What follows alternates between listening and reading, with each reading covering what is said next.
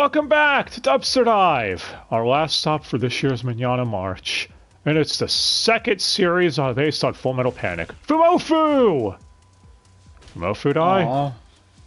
Yeah. It's where the series peaked. For some people, that is true.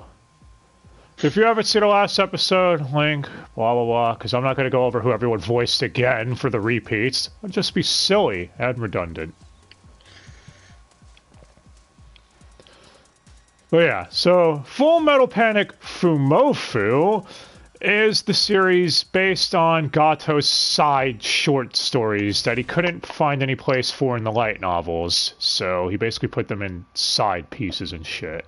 It's basically all the time spent at school, the school rom-coms shenanigans, to separate it from the real serious story.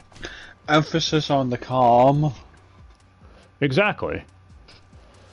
The anime adaptation would be done by KyoAni. In fact, wasn't this their first anime, I think? At least TV anime. Yep. Yeah.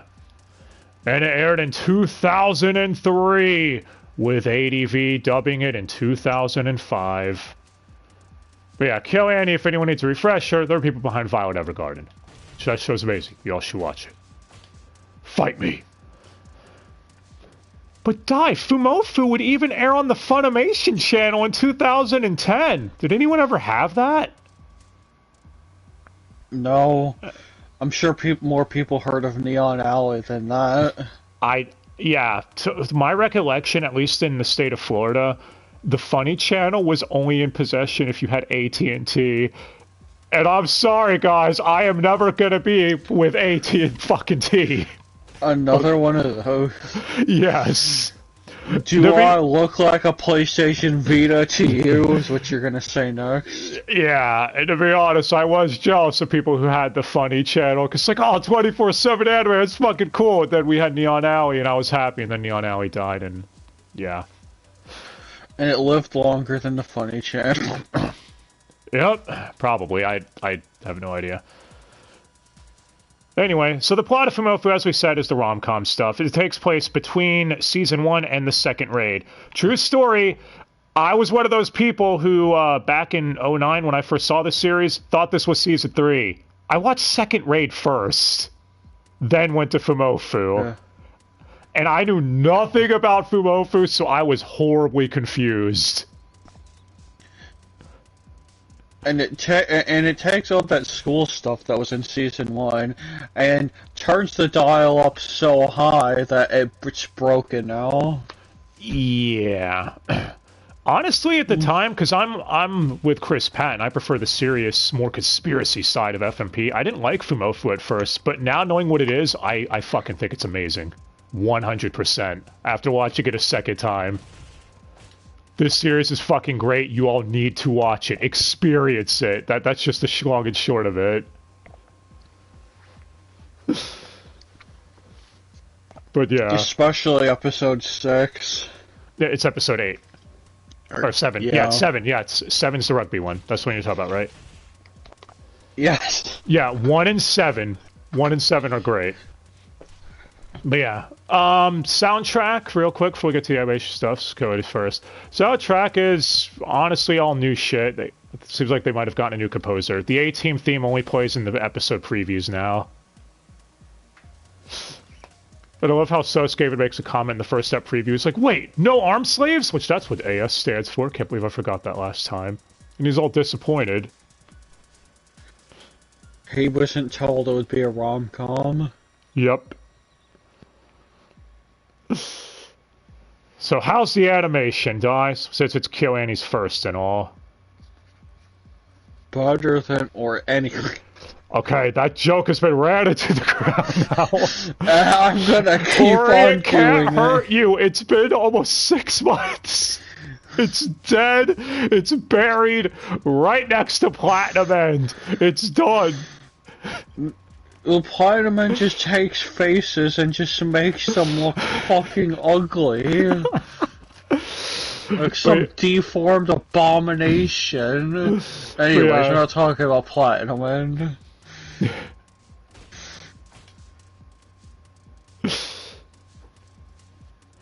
So you're saying the animation's good then for this? Yeah. So you're saying it's on fire then? I will now be waiting for the first person to want to come and punch me. I'll be patient. You're not worth it. Jokes aside, though, yeah, Violet Evergarden, like, anything they touch is great. I even back remember what I could see decently. Their animation's always been fucking stellar, so I could imagine this. And this is the start of them loving over-the-top rom-com animation. Yep. Free even has some rom-com moments, because, again, Fujoshi bait and shit, so... They love their shit. Oh, Myriad Colors Phantom World, there's another one that they did that they made into a rom-com or whatever. So yeah, they seem to love this genre a lot. But I guess let's get to the dub. So, don't really even have to go over the ADR director or script. It's the exact same, as is all the major characters. So we only have to go over the new people. Don't worry, we'll get to some of the script silliness in a bit. So first, we have the reason this is even titled Fumoffu. God, what the hell is a Fumoffu anyways? A monkey? Yeah, Fumoffu is named based on the mascot that's in this series named Bonta-kun. Which, didn't you say it appeared in Season 1? Yeah, it's a doll in Konami's room. Yeah. It's apparently a reference to Gonta-kun from a kid's show called Can I Do It Myself that aired in the 1960s or some shit in Japan. So, there you go. I didn't even know that before looking this up. But yeah, the thing, Sosuke basically dresses up in the giant plushy suit of this thing to go incognito throughout the show. And beat the shit out of people, is it? Have you ever seen a plushie with a gun before? No, I've seen like 7 of them. Yeah, it also says Fumoffu a lot, and all iterations of that. So, Mo, Fu, Fumo, Fumoffu. And it is voiced by Tiffany Grant, who's Kyoko from All Purpose Capital Nuku Nuku. Don't ask. And Moffel from Amagi Brilliant Park, literally recycling this same mascot and just turning it into kind of an asshole in that series. And I mean, she just says Fumoffu a billion different ways. I don't know what you all want, but I guess she had fun. What? What are you thinking of? It's so stupid. What, the Fumoffu thing? Yeah. It is. Also, they do a little animation thing when he's in the suit. It even gives it his. It even puts. They even draw his scar on the mascot. Oh my god! That's so you know it's him inside of there. It's a thing you can only get away with animation. Yeah. Yeah, the Fumoffu thing is great, or Bonta-kun. But after him, the plushie, whatever the fuck, we have everyone's favorite character who's seen this series, Atsunobu, the student council president, voiced by Chris Harris himself, everyone's favorite voice for Frieza, and Sid from the DMC anime. And this character is amazing. He is one of the best parts about this show. And has one of the best lines, too. Instant first episode. Go ahead, quote it off. I know you wrote it down. So, Sosuke is basically being, I guess you call it delinquent, is coming up to him, being like, yeah, man, I'm gonna fuck you up or whatever. Threatened? Yeah, threatening him. And, Chris Harris' character, Atsunobu, I just call him Student Council President, because that name is, I never remember it. Just call him like, accidentally say, like, Sosuke. Yeah, he's like, oh, he's threatening you, Sosuke. Do you have any, anything to retort with it? He's like, tell him that it's a losing effort, that I have a military might that will bombard his country into the ground, more or less. He's like, all right, allow me to translate. And he says, now listen up, you punk. You can't beat me, so step off, because you don't even have a chance in a billion. You loser biatch. And Sosuke just goes, "Your ways of translation and vocabulary are excellent." His TLDR Bowie replies. It's like, what the fuck? It's so stupid. Funny thing is when I tried to look up stuff about Chris Harris for this series, I just got a bunch of videos of people walking up and asking him to quote that at different conventions over the years. And it's like, yeah, of course. I mean, would you not ask him to quote that? And this character would be popular enough to show up in Invisible Victory. Yeah, which we'll get to eventually. Atsunobu is fucking awesome. Chris Harris is great as this character, so I don't really have any complaints. Surprisingly, I remembered him being in more episodes than he was. Same with the Bonta-kun I mean, thing. he was in almost every episode. He just doesn't talk in every episode. Yeah, same with Bonta-kun, who the show is named after because it says Fumoffu. Bonta-kun's only in, like, what, 4 or 5 episodes? Okay, there are less episodes than him. Yeah, and it's like, you name the show after this thing, and it's barely even here. But moving on. But when it's there for the whole episode. Yeah, we should mention this show's also episodic, so there's that too, I guess. But it does explain What's up? It also has a continuity, unlike a lot of episodic shows. Yeah. It does also explain how Sosuke is able to still stay in school despite all the property damage he causes, and it's because Mithril gives huge donations to the school board. Yeah. So it makes sense. But yeah. Moving on from him, we have the student council secretary, Ren. She's also in... I think she's in more episodes than he is, actually. No, she's in all the same episodes as him. It's just she usually does the talking for him half the time. Yeah. Isn't she also like the daughter of a Yakuza or some shit? That stupid episode. Yep. She is voiced by Nancy Novotny, who's Yuka from Elfen Lied, that chick who wanted to tap her cousin. God, that fucking show. And Taki from Girls in Panzer. And Michino's fine. The episode she's in, all the characters have to talk with pseudo-mafioso accents, which is really funny. Well, you get that. But yeah, until her episode, which is near the end, she's more or less just Atsunobu's yes man, woman, whatever the fuck. And ship. Yeah. But now, we've got a couple of the classmate friends to go through. There's actually not that many characters left, believe it or not, that are main. First, we have Mizuki, who was introduced in Season 1, in honestly what I thought was a pseudo-backdoor pilot for this series, because it was an episode that was disconnected from any arc, and yeah. In Season 1, she was voiced by Mandy Clark, Rika from Razafon, or Sister Anna from Chrono Crusade. But in Fumoffu, she switched voice actors. Get used to that, by the way, because she switches again.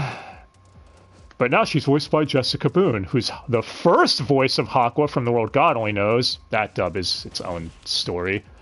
And Yai from Goemon. Honestly, yeah, Nomi's top waifu from that series. No, seriously, go ask him about it. Exactly, yeah. But I mean, she did show up in more episodes after what would appear to be a one-off in Season 1. Yeah.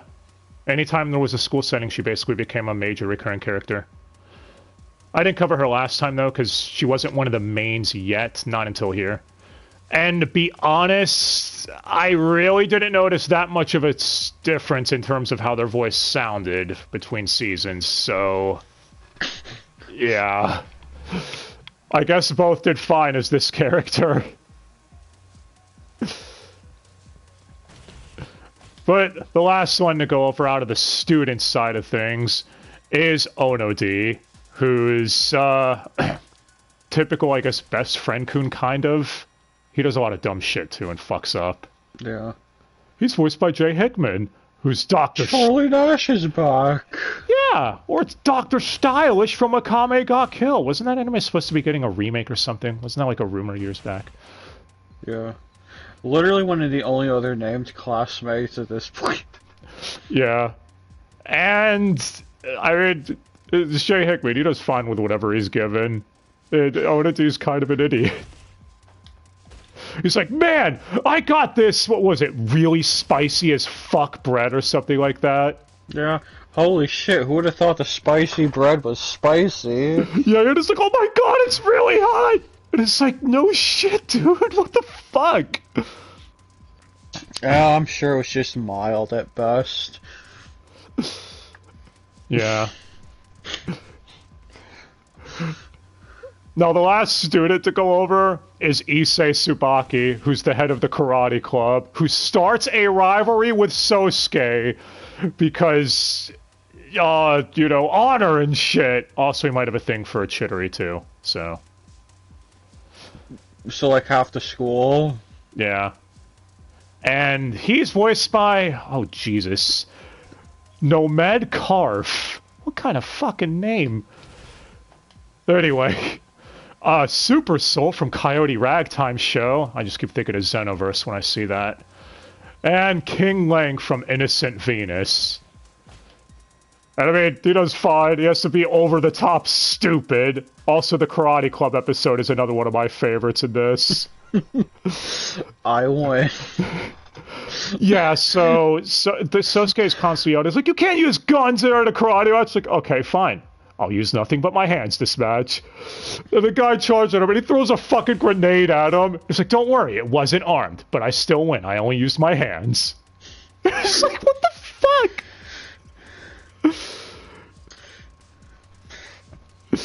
Wow. That's basically it out of the main cast. I mean, you get an art teacher voiced by Jason Douglas speaking really fucking fast, which I wonder how long that took for him to do. Yeah, fast enough to where it wouldn't sound awkward when they clearly sped up the audio. Yeah. Kind of reminded me of Storage Wars.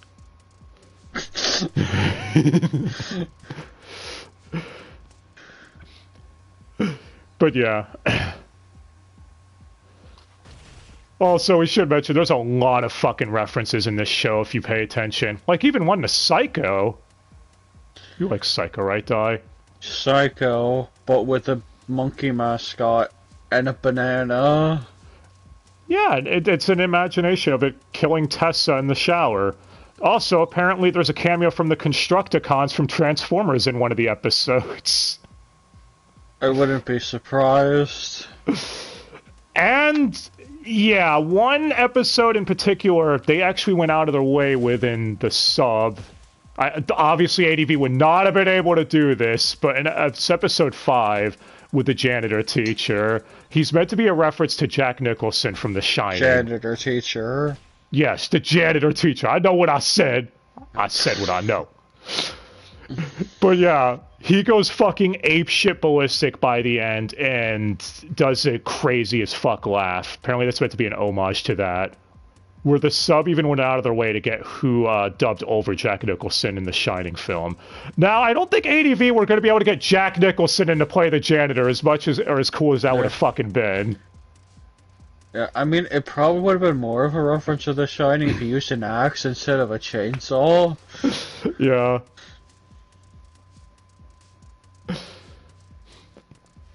As far as other things to point out, before we get to the episode, the rugby one, you get Lucy and Chris Patton speaking German at the beginning of Ep 2. Remember that, right, Doc? Yeah. And going on about World War II, because apparently that won't fucking leave our channel. It always comes back to Nazis. Also, the scene where Lucy Christian was talking about where she got mad at Sakura losing her notebook. Yeah, that was in this season, not S1. I'm just as guilty, though, for not catching it. To be fair, though, she was recalling an event from nearly 20 years ago, so... And it was a school episode. I mean, it was still the same series, close enough. Yeah, so it's all that. Let's see. There's an episode where Lucy Christian or Chidori has to pretend to be an older woman, so she has to deepen her voice. That was pretty fun too. You know the episode, Doc. Yeah. you get Tessa saying such great lines, like her specialty is getting wet. Well then, I mean, in that case, just give me a... Anyway, yeah. Also, one thing Vic took from this, because he's not just Kurtz in the couple of episodes Kurtz is here, he also voiced a guy who dressed in a pony costume, and his whole thing was abducting... It's a pony mask, and he's dressed like a typical flasher, you know, trench coat, and nothing underneath almost. Yeah, and his whole thing was kidnapping women and ponytailing their hair, and then letting them go. It's like, and he just went pony, pony, pony, pony. That was his whole dialogue. Their hair in a ponytail with wires, with wire. Yeah, so they couldn't. Glue. So they couldn't get it out. And his whole motivation was that he didn't see as many ponytails anymore, and he was sad. Fitting that a guy wearing a horse head would use glue. Yeah, and Vic said like one of his takeaways from this is getting to say pony a billion different ways. And it's so stupid at the end when he's talking to Bonta-kun. And he's like, pony, pony, Fumo? And even Chittery's like, are they bonding over the noises they're making? Can they understand each other? It's so fucking dark, dude. I can't. Exactly.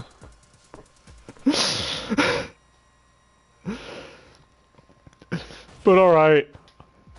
I guess the last thing we'll bring up is the rugby episode, which that episode is probably everyone's favorite. It is just a great... It is. So, for context, Sagura's tasked with getting the rugby team into shape, more or less, because they suck. And they've lost their last 50 games in a row. Or no, it's 49. If they lose one more, it'll be 50, and then they'll be forced to be disbanded. And the rugby team are nothing but a bunch of soy beta bitches. Even Chittery makes fun of them for it. It's like, I thought you all were supposed to be men. What is this? Because like, oh, we can't play here. There's a bug in the way. What if we hurt it? Oh, look at the spider, guys. We got to get it out of here. We don't want to hurt the spider. It's like, oh my god. What? You're not the you're not the volunteer club. You're the rugby club. Yeah, because like we did charity. You know, we read to orphans. We helped the elderly cross the street. It's like that's nice and all, but you're the fucking rugby club. What is this? And then like even Chittery's like, hey, are you all gonna practice tackling? No, of course not. Someone might get hurt. It's like, why the fuck are you playing rugby? What is this? I guess it's better than them saying they're going to kill people in rugby in the name of pacifism. No, not Gundam Lane. But yeah. So Chris Patton finally, or Sagura finally gets the kick in the ass to be like, fine, I'll whip these guys into shape. And Chris Patton openly admits that the rant he went on here, he just channeled Full Metal Jacket. Even took a lot of it word for word. Because he said he was a huge Stanley Kubrick fan, and he's like, and I have an immature sense of humor, so you all know I ran with this. Yes, he did. He said he wishes there was an Easter egg on the physical media where you can hear it completely uncensored under the extras. That's one thing he is sad about. I actually agree with him. That would have been fucking awesome. Whatever the fuck that noise, you can call that noise, they used to censor it. Yeah. I'm telling you, like, everything he called these guys everything under the sun. Because, again, that's what a drill... He went full drill sergeant. That's what a drill sergeant is supposed to do, you know? Wean the beta bitch out of you. Like, get your shit together, faggot, etc. Like, he went all the way. I mean, if Chris Patton called me that, I don't think I would be disappointed. Wait a minute. But yeah, it was fucking great, dude. This is the best episode by far. And then when they show up on the field for the game, it's a huge thunderstorm and overcast in the sky. Yeah, and the other rugby team who were like, yeah, we're badasses, they get so fucking traumatized by it that they can never play rugby again. Because soccer's team basically turns them. Well, he said he was going to turn them into killing machines. He's like, when we play rugby, we what? We kill, sir! We could gush about this episode all day. It's fucking awesome. Just talking about it does not do it justice. If y'all have not seen this, go watch it. If nothing else. Every episode of this series is great, but yeah, 7 is definitely easily the top one. And don't forget, we got Kevin Korn again. Oh, we did. And again, I actually think he sounds better here than he did as Daisuke, because Daisuke was basic bitch pro Tekken. So, getting a lot of him this month lately. But yeah. This dub was fucking great. Definitely another one that's good for ADV. Like, ADV, one of their... Full Metal Panic all the way through is really solid from them. You could tell that they really gave a shit about this one. I mean, I think everyone did. Oh, of course. Would you not? So... And obviously, Chris Patton loved the rugby episode. I mean, it was his favorite to record for in the whole season. Again, wouldn't it be yours if you were playing Sagara? Well, it also doesn't help that some episodes he's not in it entirely, since he's not the one saying Fumoffu. Yeah, that's true too. Just remember, the police in Miami have that ARP. Yeah, he made the Fumoffu thing. He's like, I put this equipment into mass production. I'm trying to sell it to militaries and police around the world because it could be very useful. And they pan over to Miami, and a Miami police officer's using it. It's like, damn it, as if Florida needed more crazy shit. They already had the zombies, the alligators at your door. Yeah. Upon researching for this, so I found out Chris didn't even have to audition for Sagara, that the ADR director basically already knew he wanted to use him after seeing his work on Razafon. So, that was something too. But yeah, you could tell everyone fucking loved this. And, I mean, the ad voice recycling was about what you'd expect, though, to be fair. Yeah. Everyone was used except, I think at this point, except Chris and Lucy now. Yeah. We also had that recurring crazy police officer. Yeah, she's meant to be a reference to the anime You're Under Arrest, which was also obtained by ADV. I don't think it was the same voice actor, though. God, I don't even know what the fuck her name was, so I couldn't even look her up. Well, maybe that'll be a job on the beginning of second raid. Or if we cover You're Under Arrest someday, which we probably will. Why not? I heard good things about it. Maybe someday. But yeah, anything else to add about Fumoffu Dai before we head out of here? You need to watch it at least once in your lifetime. You do. If not, what are you doing with your life? And if it's been like a decade like me since you've seen it, watch it again. Trust me, it is hilarious. Yeah. And if you're having a shit day or something and need to cheer up, just watch it. It shows you that it shows you that yes, rom-coms can work when they're written well. Yeah, it does. So, I honestly, like, it'd be one of those things where Fumoffu should have gotten a second season too. It would have been cool, like, because Konosuba's getting its spin-off adapted and a season 3. If Invisible Victory came back in 2018, they should be like, we're bringing Fumoffu back too. At the same time, that would have been amazing. If there's even more Fumoffu to adapt, I'm not even sure. I mean, they can just make it up at this point. Yeah. Literally couldn't do anything, and it probably happened. It's so over the top silly. But I guess that'll do it for this one. There's still 2 seasons left of FMP, which we'll cover at some point. But speaking of Konosuba, since that is coming back, I think it's about time we rewatch that series. And covered here for the channel. we've been slowly making our way through the isekais that are part of the Quartet franchise, and it's been a long time since we visited that shit.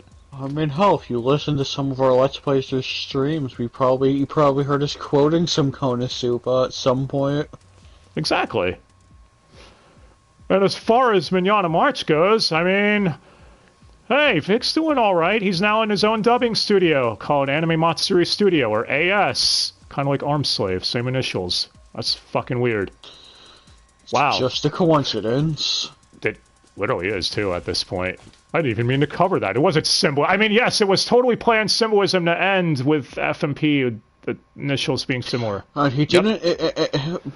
He just fucked up on one of his orders and meant to get Arslan instead, but it didn't arrive in time. Arslan will be next year, guys, but it's okay. It all worked out. But don't worry. So next will be Konosuba, and I hope you all enjoyed Fumoffu. So, let us know what y'all thought of the series. And, man, the really MVP of the dub, everyone did good. ADV wins again. Man, ADV's on a roll lately, Di. Yeah, I'm sure they'll do great things in Yeah, wait a minute! So thanks again for watching, guys. Hope y'all enjoyed, and stick around for more Dubster Dives and other stuff coming soon. So until then, have a great day. Fumoffu!